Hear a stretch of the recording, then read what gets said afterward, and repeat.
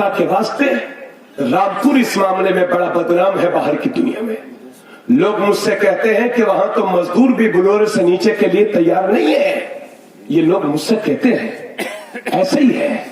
اس لیے خدا کے واسطے ان بڑھتی ہوئی مہنگائیوں پر کنٹرول کرو اور اپنے آقا کے فرمان پر عمل کرو. اور سن لو, جہاں نبی نے بہت باتیں فرمائی ہیں وہاں میرے نبی نے یہ بھی فرمایا, اعلنوا هذا النکاح واجعلوه فی المساجد. نبی فرماتے ہیں اپنے بچوں کی جب شادی کرو تو اعلان کر کے کرو, اور جب ان کے نکاح کرو تو مسجدوں میں نکاح کرایا کرو. آج کون کراتا ہے نکاح مسجدوں میں؟ اور اگر کسی کا نکاح مسجد میں ہو بھی جائے تو لوگ یہ پوچھتے ہیں کیا بہت غریب لڑکا تھا کیا؟ یہ حال ہے ہمارے گھٹیا پن کا. اب جو ہوا سو ہوا, لیکن آگے کے لیے ہمیں بیدار ہونا ہوگا. مسجد میں نکاح کرنے سے ایک فائدہ یہ دیکھیے, امریکہ میں, ہالینڈ میں, جرمن میں, انگلینڈ میں, چاہے ارب پتی ہو یا کھرب پتی, مگر عیسائیوں کا یہ معمول ہے کہ اپنی بچوں کی شادی وہ اپنے گرجا گھر میں کرتے ہیں. سمجھ گئے؟ اور یہ یہاں سے لے کر کے, سوار سے لے کر کے رامپور تو دلی تک ہوٹل کھلے ہوئے ہیں, شادیوں کے ہوٹل بن گئے. 1 لاکھ, اب 1 لاکھ تو چھوڑیے, 5 لاکھ روپیہ, 10 لاکھ روپیہ, کوئی ناجائز و حرام نہیں ہے. میں یہ نہیں کہتا کہ آپ غلط کر رہے ہیں, لیکن اپنے نبی کا پیغام آپ کو سنا رہا ہوں. مسجد میں نکاح ہونے سے یہ فائدہ ہوگا کہ مسجد میں نکاح کے, دیکھیے نکاح زندگی میں اکثر ایک بار ہوتا, بار بار تو نکاح ہوتا نہیں ہے. زندگی کا سب سے اہم موڑ ہوتا ہے نکاح. جب وہ مسجد میں ہوگا تو پھر مسجد میں ناپاک لوگ نہیں جائیں گے. بہت اچھا, بہت اچھا, ہے نا؟ اور نکاح کے بعد پٹاخے نہیں پھوڑے جائیں گے. اور میں نے حدیثوں میں یہاں تک پڑھا کہ جب مسجد میں دعائیں ہوں گی تو مسلمانوں کی ان دعاؤں میں میرے رب کے فرشتے بھی آمین کہیں گے. اس لیے آج کی اس بزم پاک میں آپ سے وعدہ کرتا ہوں, انشاءاللہ میں پورے گاؤں کا ٹھیکہ تو نہیں لیا, لیکن اپنی بچی کا اور اپنے آنے والے بچوں کا اور مولانا خورشید صاحب کے بچوں کا انشاءاللہ نکاح ہم لوگ ہر حال میں مسجد میں منعقد کریں گے انشاءاللہ. ہماری یہ کوشش ہے کہ بھلائی کی طرف آپ بھی قدم بڑھائیں, بھلائی کی طرف ہم بھی قدم بڑھائیں. بولو بھائیو, کیا یہ اچھا لگتا ہے مسلمانوں کے ولی میں؟ اب ہم لوگ دیکھ رہے کہ لڑکی دلہن بھی بیٹھی ہے اور دلہا بھی بیٹھا ہے. یہ تو کہیں اور ہوتا تھا جب تمہارے گھروں میں آ گیا. معاف کیجیے گا مجھے, یہ غیر ضروری باتیں نہیں ہیں, مگر میں نے اس لیے عرض کر دیا تاکہ ہم یہاں سے بیدار ہو جائیں.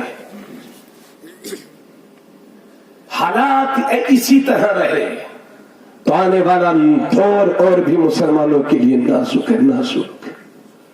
اب میں عرض کرنا چاہتا ہوں, اللہ نے, میری بہنوں دھوکے میں مت رہنا, اللہ نے تمہیں پردہ کرنے کا حکم دیا ہے. اور انڈیا کی اس بحری کنگی میڈیا کو بتا دو ان کی سمجھ میں حجاب آیا ہو یا نہیں, لیکن قرآن میں لفظ حجاب 7 بار آیا ہے.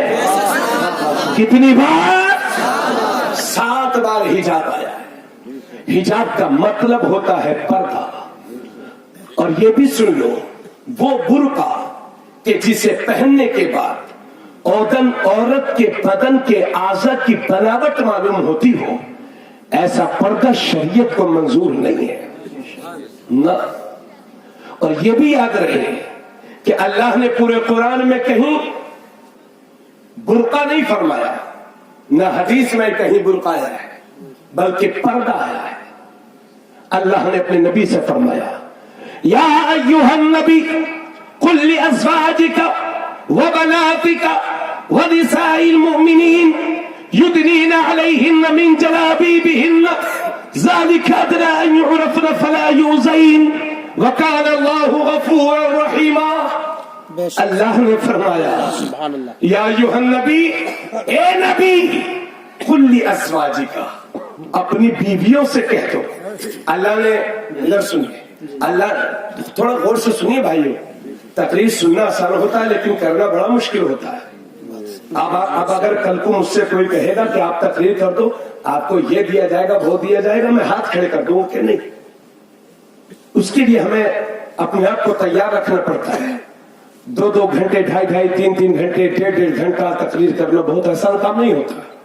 इसलिए मैं खुलूस के साथ आपके लिए, मेरा इलाका है ये, हमारा घर है ये, कल को आप यही कहोगे कि मौलाना साहब ने सिर्फ अपना घर द्वार बनाया और अपने मौज मस्ती में रहे और हम अपने इलाके की परवाह नहीं की। इसलिए मेरे कांधों पर जिम्मेदारी है। अल्लाह करे मुझे अपनी जिम्मेदारियों का एहसास और ज्यादा हो जाए, आपको भी हो जाए, मुझे भी हो जाए।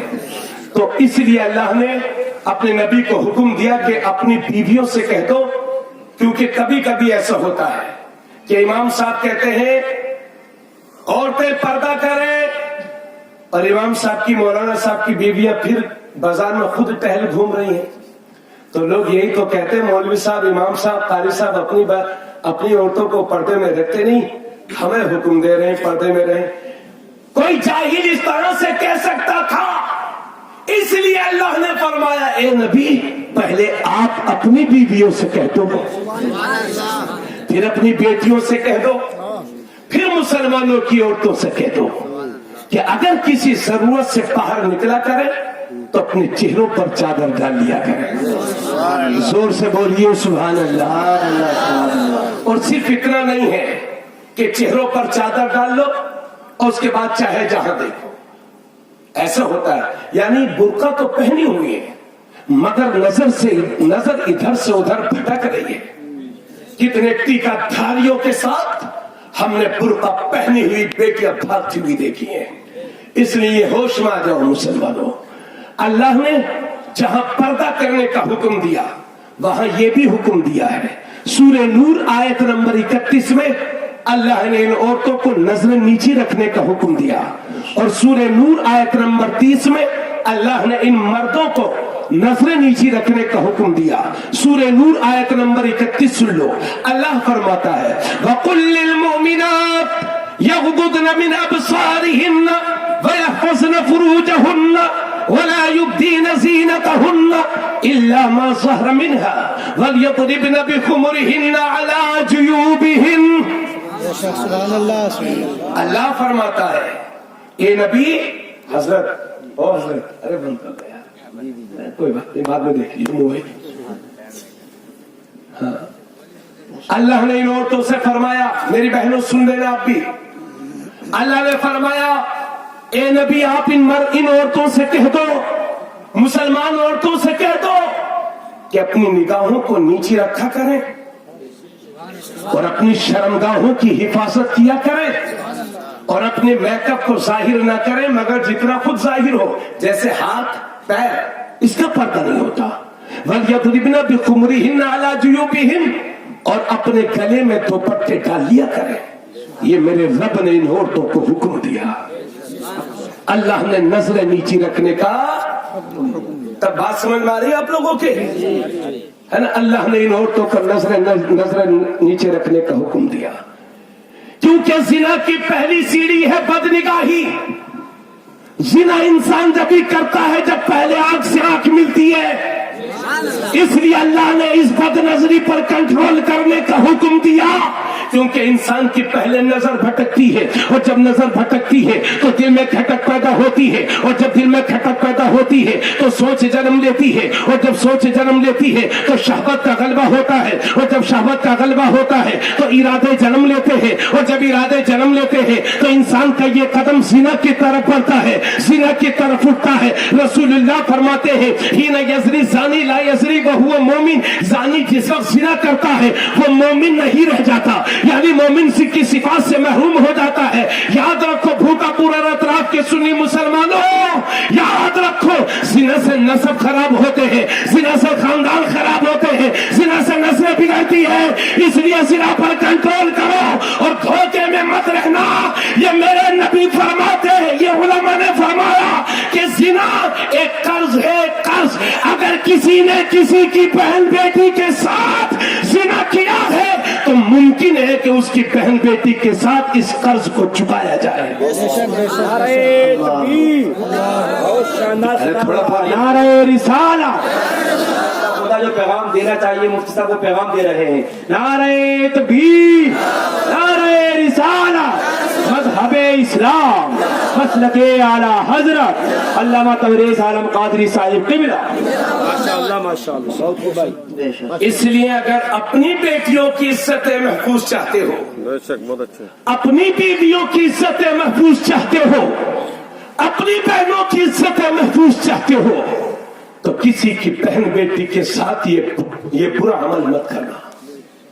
खबरदार, तुम इंसानों की नजरों से तो छुप सकते हो, लेकिन मेरे रब की नजर से कोई नहीं छुप सकता।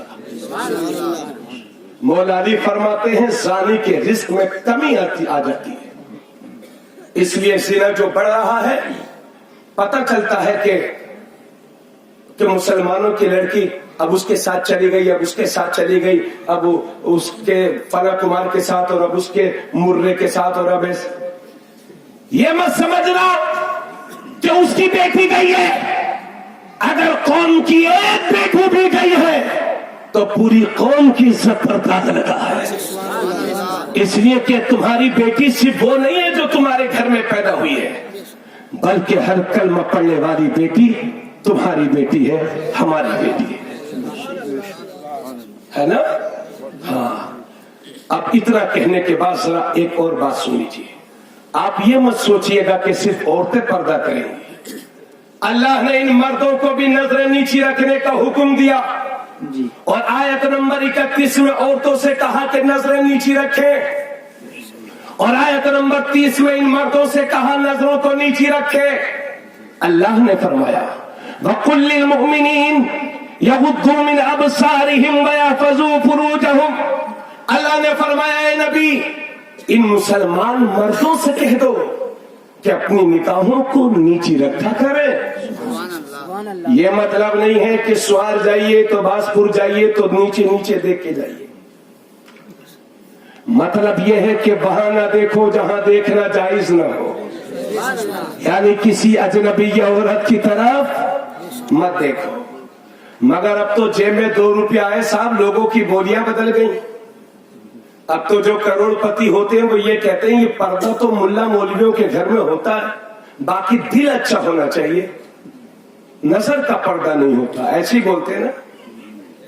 लेकिन मेरा तजर्बा सुन लो आप, और मैं आपसे भी कहता हूं इसका तजर्बा आप भी कर लेना। उम्र है 80 साल, मुंह में दांत नहीं, पेट में हाथ नहीं, मगर सामने से कोई औरत गुजर जाए तो जब तक तकते हैं जब तक नजरों से ओझल नहीं हो जाती, और फिर कहते हैं दिल अच्छा होना चाहिए। अरे बड़े मियाँ, पहले नजरों पर कंट्रोल करो।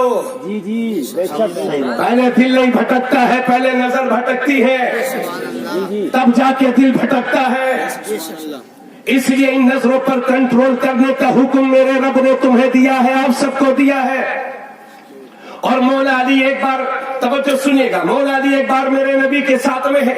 मौला अली, इतने में एक औरत वहां से गुजरी, हजरत अली की निगाह पड़ गई, लेकिन निगाहों को नीचे कर लिया। थोड़ी देर के बाद हजरत अली फिर देखने लगे उधर को, तो मेरे नबी ने दोनों कांधों को पकड़ा और रुख फेर के बोले, अली, जो पहली बार देखा था ना वो माफ है, और जो अब देख रहे हो जिसे तकना बोलते हैं ये गुनाह है, गुनाह। अरे होश की दवा लो भाइयों। जिस उत्तर प्रदेश में हम रहते हैं, इसी उत्तर प्रदेश में मुसलमान बच्चों के लिए लव जिहाद कानून बना हुआ है। जो बात अखबार में छप चुकी है उसे छुपाने से फायदा क्या। और मैंने तो अभी 8-7 अक्टूबर को अयोध्या के बीचों बीच में कल्बे शहर फैजाबाद में चारों तरफ प्रशासन के लोग खड़े हुए थे, सहाफी हजरात और हर धर्म हर मजहब के मानने वाले। इसी चीज को मैंने कहा था, आज आपके लिए अर्ज कर रहा हूं। मेरे रब ने आपको निगाहें नीची रखने का हुक्म दिया है, अजनबी या औरतों को मत तको। तो इसी उत्तर प्रदेश में लव जिहाद कानून बना हुआ है। इसका यह मतलब है कि अगर किसी मुसलमान लड़के ने किसी गैर मुस्लिम की लड़की के साथ शादी कर ली तो लव जिहाद कानून के तहत उसको 5 साल जेल में रहना पड़ेगा, और अगर इसके उल्टा हो जाए तो कोई सजा नहीं है, बल्कि लोग कहते हैं उसे सम्मान मिल गया है। ये तैयारी है तुम्हारे लिए, 5 साल जेल में रखने की तैयारी है मेरे कौम के बच्चों तुमको। इसलिए अजनबी औरतों की तरफ मत देखा करो, उनकी तरफ निगाह उठा उठा के मत देखो। और सुन लो मेरे भाइयों, ऐसा नहीं है कि सिर्फ मुसलमान की लड़की को ना देखो, चाहे वो हिंदू की लड़की हो, चाहे सिख की लड़की हो, चाहे ईसाई की लड़की हो, चाहे मुसलमान की लड़की हो, चाहे किसी कबीले और किसी खानदान की लड़की हो, चाहे किसी मुल्क की लड़की हो, चाहे किसी सूबे की लड़की हो, चाहे किसी शहर की लड़की हो, अगर मर्द मोमिन है तो अजनबी औरतों को तकना छोड़ दे। और मैं वादा करता हूं भूखा वालों, अगर सही वक्त पर तुमने अपने रब के हुक्म पर अमल करना शुरू कर दिया तो ये एक लव जिहाद कानून नहीं, अगर जैसे हजारों कानून भी बन जाएंगे तो इसी जमीन के नीचे दफन हो जाएंगे।